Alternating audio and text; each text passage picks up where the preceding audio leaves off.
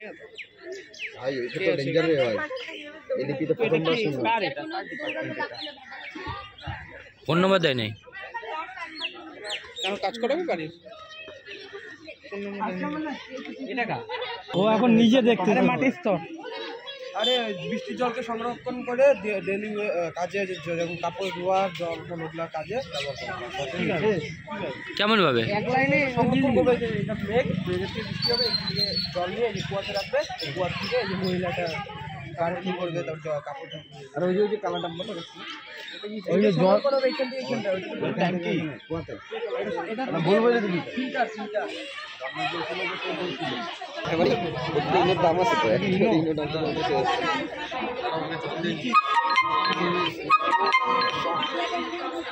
এটা মাথা একটা সময় আমরা দিয়েছিলাম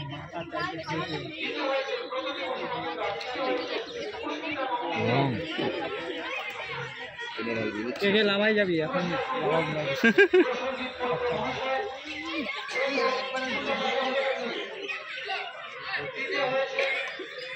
তাহলে রিসেট নিয়ে না আরে ইনো এক্সপার্ট তো দিল্লি এদিকে জল নেবেন স্যার ওইটা জলের ইসে আছে জল নিয়ে এখান থেকে আরে সে কালকে থেকে দেখা যাচ্ছে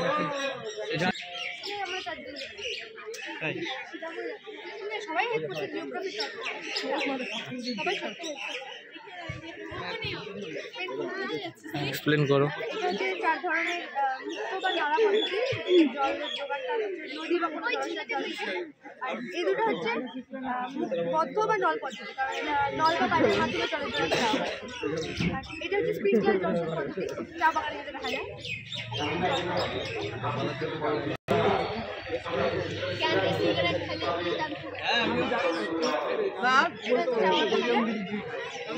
এটা ডিপ জলসেচ এটা তো জলের অপচয় বিন্দু বিন্দু করে কাছে করে জল যাবে আর পরিমাণ মতো জল যাবে এইগুলো তো নদীর জলের সাহায্য জলাশয়ের জল থেকে এটা যেমন খালের মাধ্যমে জলসেচ পদ্ধতি এটা কোনটা চাষ হয় এটা ধান চাষ হয় যেখানে আমার পরিচিত সব থেকে বেশি এটা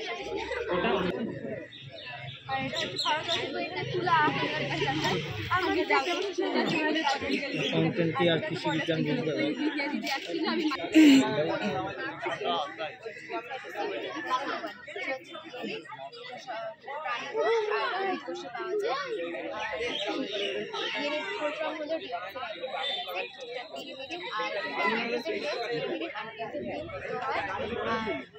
এটা বংশগত আমার বাবার এইভাবে করে আপনার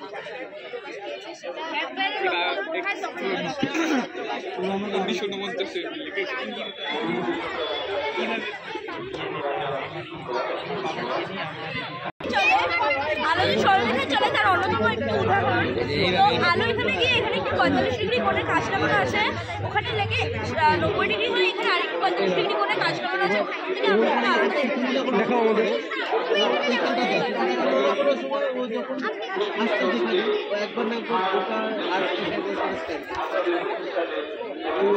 কাজ করছে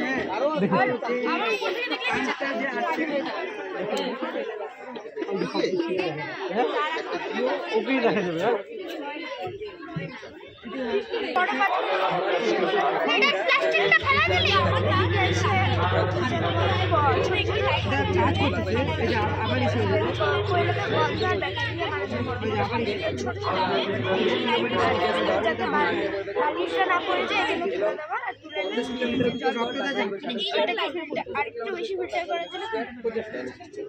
তো এটা ফিল্টারের হিসেবে বানাইছে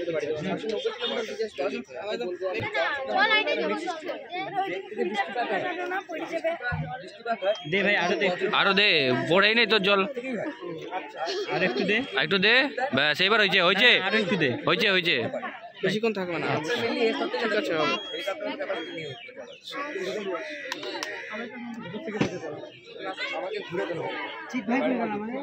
পিউরিফাই হচ্ছে কি না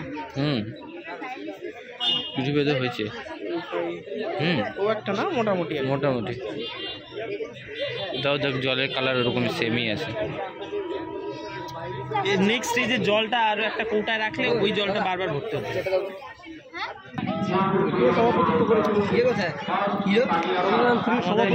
পরীক্ষা চলছে না, এক্সাম।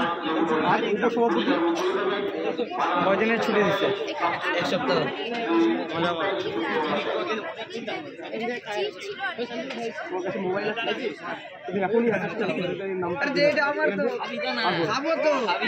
মুখের মধ্যে লাগা রাখছি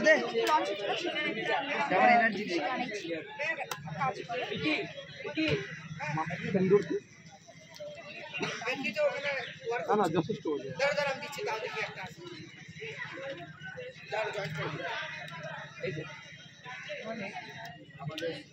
তোর ইনো দেখো। আচ্ছা, নাম কি এই যন্ত্রটার নাম কি? এটা হচ্ছে অন্য একজন বানিয়েছে, ও খাইতে গেছে। এটা হচ্ছে ল্যান্ডার আর রোভার যেটা ছিল আমাদের প্রজ্ঞান আর বিক্রমের, চাঁদে গিয়ে আমাদের ইনফরমেশন দিত, সেটার মডেলটা ওরা বানিয়েছে। এটা ওয়ার্কিং না, এমনি মডেল বানিয়েছে ওরা খাইতে গেছে। কবে চন্দ্রযান উৎক্ষেপণ হয়েছিল? 14 জুলাই 3। তোমার নাম কি?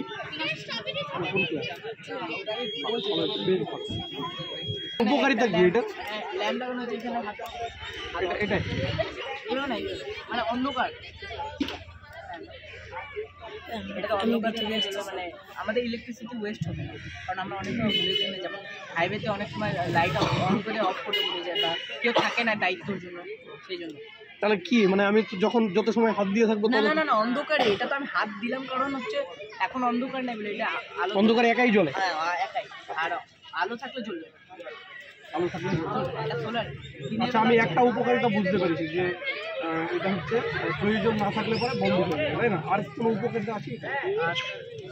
এটা কি সোলার সিস্টেমে? সোলার সিস্টেম, এটা বলতে হবে। সোলার সিস্টেমে ইউজ হবে। আচ্ছা, সোলার সিস্টেমের প্রবর্তক কে? তোমাকে জানতে হবে। তুমি এটা মডেল তৈরি করেছো, প্রবর্তক কে আর বিজলি মানে কারেন্ট কে উৎপন্ন করেছিল, এইটাও একটু জেনে নেবে, ঠিক আছে? সংক্ষিপ্তভাবে সুন্দরভাবে বলতে হবে। বেশ ভালো হয়েছে। আর তুমি? এটা হচ্ছে জীবনানন্দ দাশের লেখা একটি কবিতা, আকাশের সাক্ষী তারা।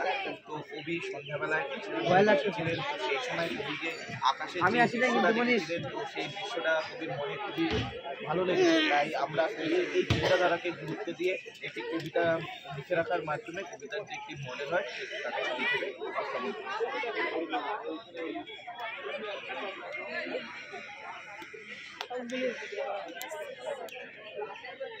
কে লিখেছেন কবিতাটা? প্রজ্জ্বল বলো। অত তাড়াতাড়ি বলবো না, আসতে বলো। কবি জীবনানন্দ দাশ। জীবনানন্দ, ঠিক আছে, ভালো হয়েছে, এটা সুন্দর হয়েছে। হ্যাঁ, এটা কে বানিয়েছে? দিদিরা নাই। হ্যাঁ, ঠিক আছে। আরেকটু পরে ধরো ভিড় হবে, তখন যেন সবাই এখানে থাকবে। আর তুমি জীবনানন্দ দাশের এই আকাশের সাতটি তারা, এটা কোন কাব্যগ্রন্থের অন্তর্গত আর প্রথম কোন পত্রিকায় প্রকাশিত হয়েছিল, এটা একটু লিখতে হবে। বুঝে গেল? তুমি যখনই বলতে শুরু করবে তখনই বলবে এই কবিতাটা প্রথম এই পত্রিকায় প্রকাশিত হয়েছিল আর এই কাব্যগ্রন্থের অন্তর্গত, ঠিক আছে? আর বলবা আধুনিক যুগের সবচেয়ে বিখ্যাত কবি হলেন জীবনানন্দ দাশ, তারই একটা কবিতার মডেল আমরা এখানে তুলে ধরার চেষ্টা করি, ঠিক আছে? এই নাম তোমাদের নিহারিকা কি? তোমার অপর্ণা? তোমরা 11 না 12? পিরামিড কেন বানিয়েছিল লোকে? প্রয়োজনীয়তা কি? সমাধি। দু একজন বিখ্যাত লোকের নাম বলো যাদের জন্য এই পিরামিড বানানো হয়েছিল।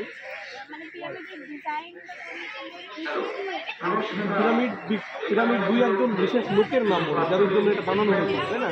সমাধি তো না? ওনারা কি জন্য বিখ্যাত ছিলেন? যাদের জন্য পিরামিড বানিয়েছিল তারা কি জন্য বিখ্যাত ছিল? জনরবীন্দ্র সাহিত্যিক ছিলেন, তাই না? তারপরে শরৎচন্দ্র সাহিত্যিক ছিলেন। যাদের জন্য পিরামিড বিখ্যাত হয়ে আছে বা যাদের সমাধি বানিয়েছিল তাদের দু একজনের নাম, আর তারা কি জন্য বিখ্যাত ছিল? রাজাও থাকতে পারে, তাই না? এই সম্পর্কে ছোট্ট তথ্য দেবেন, ঠিক আছে? এমনি তোমাদের প্রচেষ্টা খুব সুন্দর। সন্ধ্যার দিকে যেন সবাই